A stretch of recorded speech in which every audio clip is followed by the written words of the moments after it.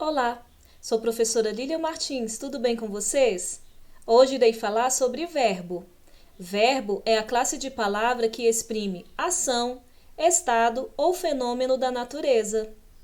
Eu escrevo com rapidez. A pessoa realiza a ação de escrever. Escrevo é um verbo de ação.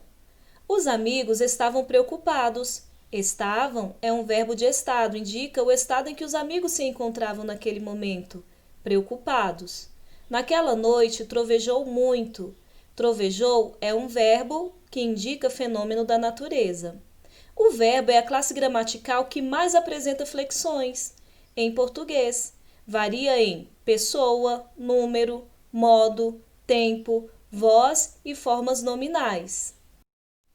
Há na língua portuguesa 3 conjugações verbais, de acordo com a terminação do infinitivo.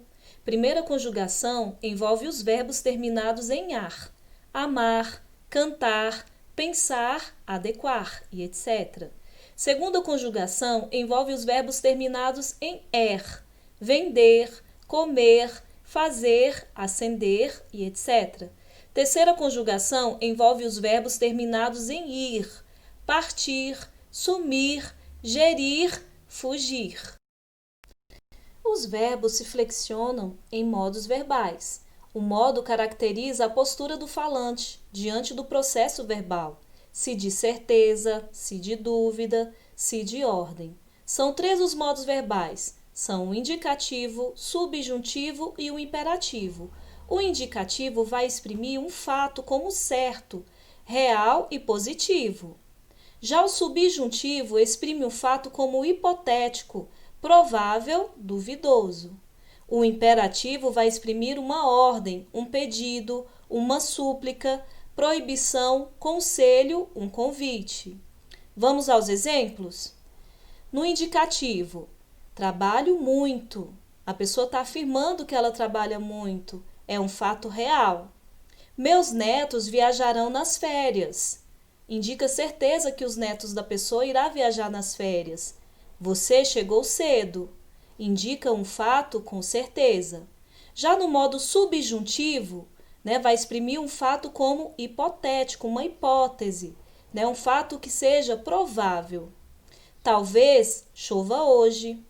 Se vocês estudassem, não seriam reprovados. Quando o teu irmão chegar, tomaremos providências. Então, esses exemplos aí de subjuntivo indicam um fato provável ou duvidoso. Já no imperativo, que vai indicar uma ordem ou um pedido ou um convite, vamos ver nos exemplos. Seja paciente, não saia de casa até ficar curado.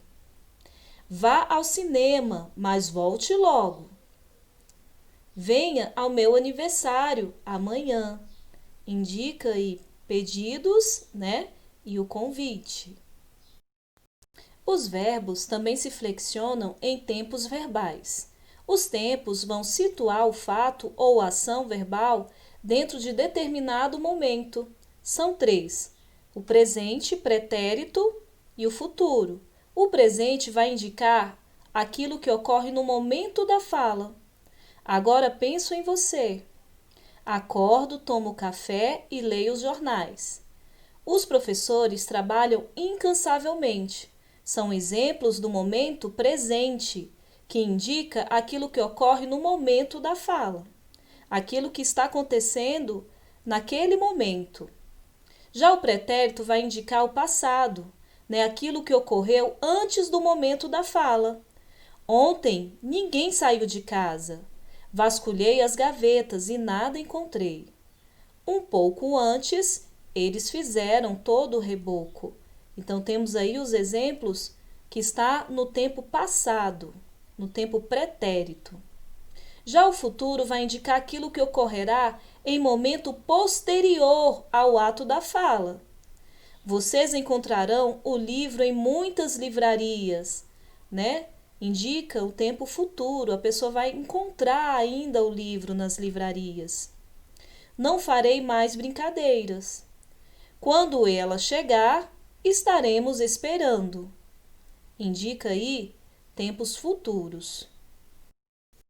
Vamos observar os tempos do modo indicativo.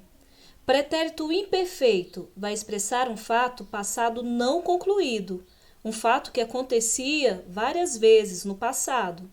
Eu cantava diariamente quando era criança. O pretérito perfeito vai expressar um fato concluído, um fato que aconteceu no passado e foi concluído. Eu vendi uma blusa. A pessoa realizou o fato de vender uma blusa, fato concluído.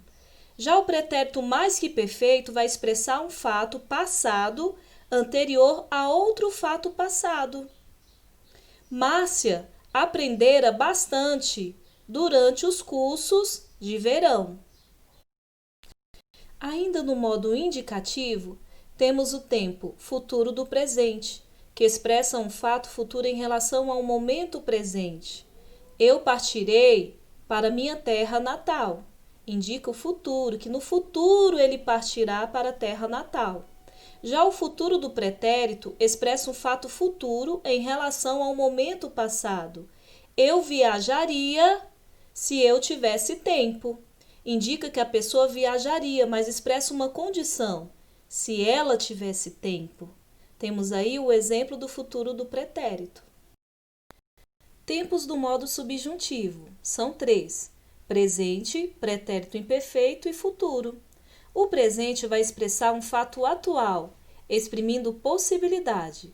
Que eu venda meu carro hoje, indica uma possibilidade da pessoa vender o carro naquele momento. Já o pretérito imperfeito expressa um fato passado dependente de outro fato passado. Se eu vendesse o meu carro, teria comprado um carro melhor. Já o futuro vai expressar o fato futuro relacionado a outro fato futuro. Quando eu estudar, passarei no concurso público. O verbo admite a flexão de número, de acordo com o sujeito a que se refere. Singular quando se refere a apenas um sujeito. Plural quando se refere a mais de um sujeito. Veja o exemplo. A menina chorava muito. A menina quer dizer uma menina. Chorava está relacionado a essa menina que está no singular. Então, chorava é um verbo que está no singular para concordar com o sujeito a que se refere. Já o plural, as meninas choravam muito. As meninas quer dizer mais de uma. Choravam está relacionado a meninas, está flexionado conforme ao sujeito a que se refere. O verbo também varia de acordo com a pessoa gramatical do sujeito. Primeira pessoa. Quem pratica a ação é o emissor da mensagem. Eu não trabalho aos sábados. Eu está na primeira pessoa do singular. Nós preferimos estudar. Nós está na primeira pessoa do plural. Já a segunda pessoa é quem pratica a ação, é o receptor da mensagem. Tu não me entendes. Tu, segunda pessoa do singular. Vós tereis um padre para rezar a missa? Vós, segunda pessoa do plural. E a terceira pessoa é quem pratica a ação, é alguém de quem se fala. Ele gosta de mim. Ele é a terceira pessoa do singular. Elas não confiaram no médico. Elas é a terceira pessoa do plural. No verbo também há flexão de voz. As vozes verbais na língua portuguesa são 3: voz ativa, voz passiva e voz reflexiva. Na voz ativa ocorre quando o sujeito pratica a ação. O paisagista realizou a ação de projetar o jardim. Os convidados assinaram o livro. Os convidados realizaram a ação de assinar o livro. Então, voz ativa é quando o sujeito pratica a ação. Já na voz passiva, ocorre quando o sujeito sofre a ação verbal. O jardim foi projetado pelo paisagista. O jardim não realizou nenhuma ação, ele sofreu a ação. Por isso está na voz passiva. O livro foi assinado pelos convidados. O livro não realizou nenhuma ação. Ele sofreu a ação de ser assinado pelos convidados. Está na voz passiva. Já na voz reflexiva, ocorre quando o sujeito pratica e sofre a ação ao mesmo tempo. A bailarina olhava-se no espelho. A bailarina praticava a ação de olhar no espelho e se olhar ao mesmo tempo. Por isso, voz reflexiva. A voz reflexiva também aparece na frase o bebê se feriu com um brinquedo pontiagudo. O bebê feriu e se feriu. Voz reflexiva. Os verbos também apresentam as formas nominais. Chamam-se nominais porque, por si só, elas não expressam nem o tempo nem o modo verbal. Além disso, em determinados contextos, podem assumir a função de substantivos, adjetivos ou verbos. Vamos jantar? Jantar é um verbo, pois indica uma ação, a ação de jantar. O jantar está servido. Jantar é um substantivo. Observe que temos o artigo o na frente de jantar. Quando temos um artigo na frente de um verbo, esse verbo se torna um substantivo. O jantar está servido. É o mesmo que dizer a comida está servida. Ainda nas formas nominais dos verbos, temos os verbos infinitivo, gerúndio e particípio. O infinitivo vai expressar a ação em si. A terminação vai ser ar, ir, or. Amar, beber, partir, por. Amar é uma dádiva de Deus. O verbo amar tem aí a terminação a, está no infinitivo.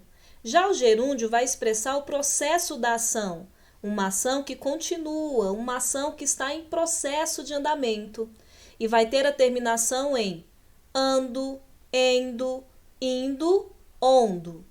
Ando bebendo muito suco natural.